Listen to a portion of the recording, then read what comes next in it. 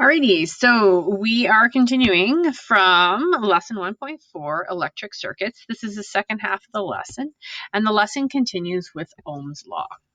This equation can be found on page 3 of your data booklet.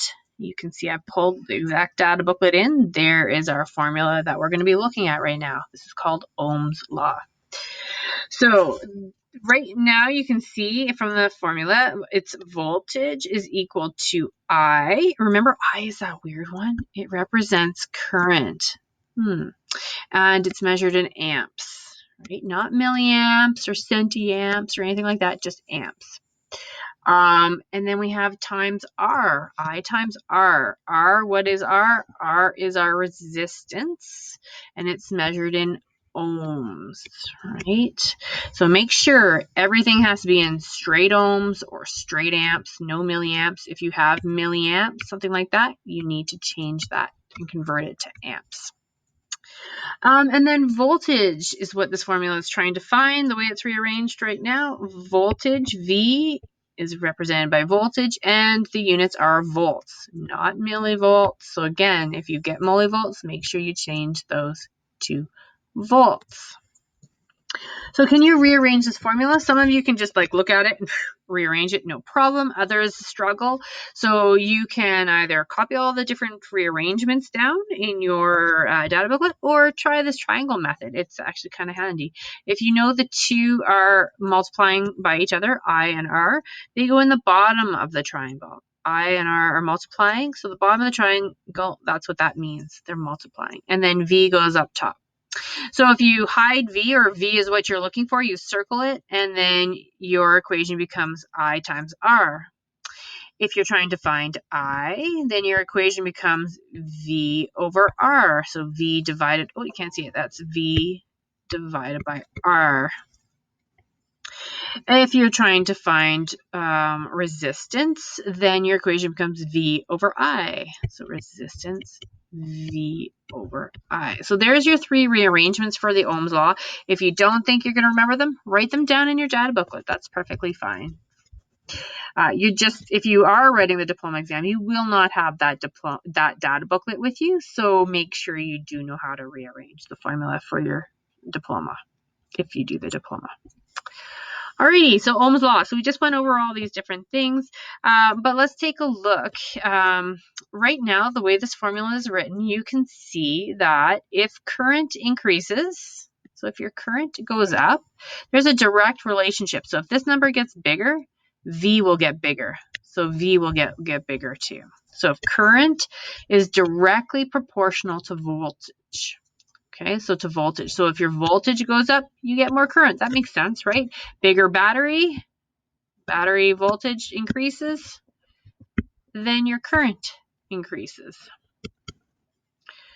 Okay. However, your current, if you look and you rearrange this for current, remember using our triangle formula, if we're trying to find current, it's V divided by R. So V divided by R. You'll see that if current increases, so if your denominator increases, this current increases, then if the resistance, oh my gosh, so if the resistance increases, it's the denominator that's going to make a much smaller total number, so your current decreases. So current decreases. So this is called inversely proportional. Okay, so one goes up, the other one goes down. So if R goes up, resistance goes up, the current goes down. All right, so this can be also graphed as well. So we've got current in both cases, so I, and remember, current was directly related to voltage. If voltage goes up, current goes up. Go up higher, and your voltage increases. So there's a directly proportional, or a direct relationship there. And this current and resistance is inversely proportional. So if one goes up, the other goes down. So you can see as resistance gets bigger, the current is getting smaller. I have this on here again. We did some unit conversion practice before, but make sure that you can go between milliamps and amps, right? Because that's going to be a common one, or kilovolts and volts. So you can use this method that I've outlined here, that if you're going outwards, then you divide by the number that's beside where you're going to. Or if you already know how to convert, just keep going with your conversion plan that you're already using. All right, so let's do a little example of Ohm's law. So we have a headlight in an automobile that draws a current of 5 amps with a 2.4 ohms resistance. So let's start with our variables, what we know here. What we know our current, and don't write A, where our current is I. Remember, I represents current, and our current is 5.0 amps. Then we know our resistance. Our resistance is 2.4 ohms.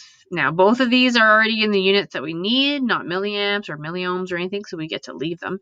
And we're trying to find, what are we trying to find? Oh. Oh well, no idea. But we're gonna find voltage since we're doing Ohm's law. So we're trying to find the voltage. So V is what we're trying to find. So let's write out our equation for Ohm's law. V is equal to current times resistance. And we don't have to rearrange the formula. We just get to plug in the formula. Current is 5.0 amps. I'll just leave out the units for now. Resistance is 2.4 ohms. And we multiply the two together beside each other. So it's going to be 5 times 2.4, and that's equal to 12. And what are the units? The units for voltage are volts.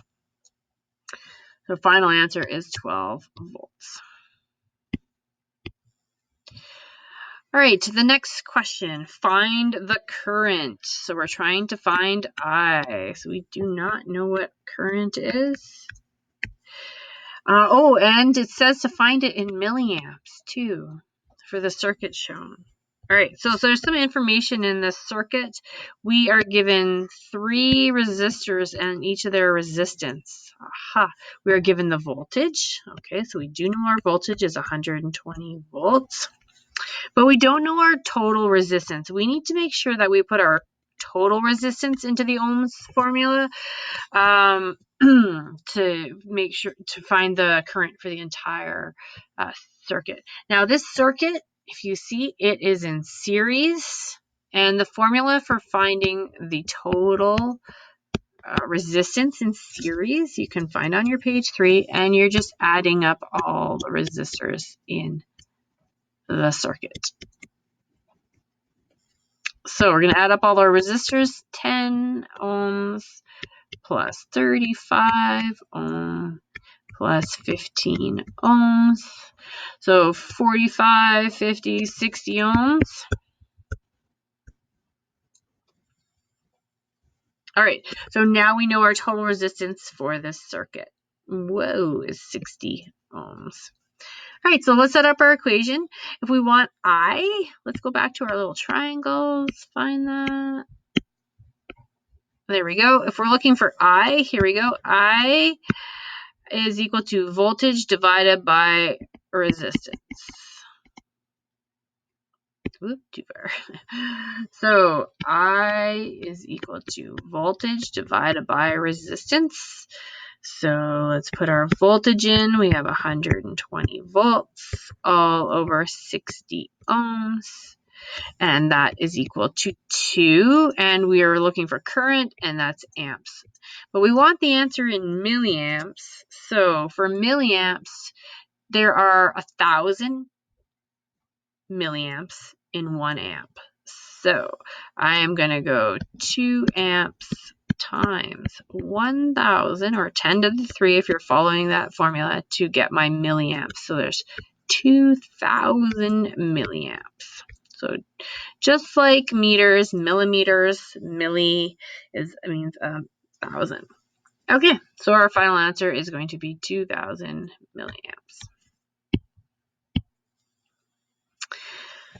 Alrighty, so some other little pieces here, just to finish off this chapter. Protection from electricity. When your body becomes part of the circuit for electricity, that's when you're getting zapped. So that's very dangerous. You do not want to become part of the circuit. So there are some different things that help protect us and our houses too. There are fuses, circuit breakers, and polarized plugs. So let's take a look at some of these different things.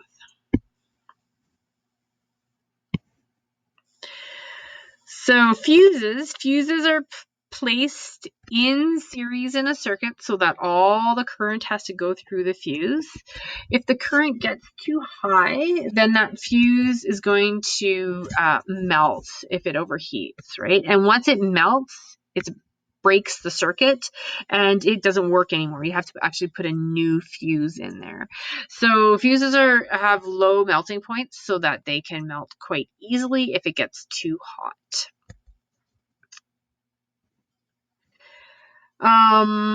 Fuses. So, okay. Oh, these are supposed to be circuit breakers. Anyway, okay. So these are, you've probably seen these in your basement. These are fuse boxes down in the basement. There's switches in here, circuit breakers too, that will flip if the current is getting too high again. There we go. Circuit trips and breaks. There you go. Without the breaker box, the wires could overheat and catch on fire. So we have to have different things protecting our circuits in our houses. Okay, that is the end of the chapter. I would suggest reading those chapter pages, especially the ones near the end there with some of those safety pieces. And if you have any questions, contact me.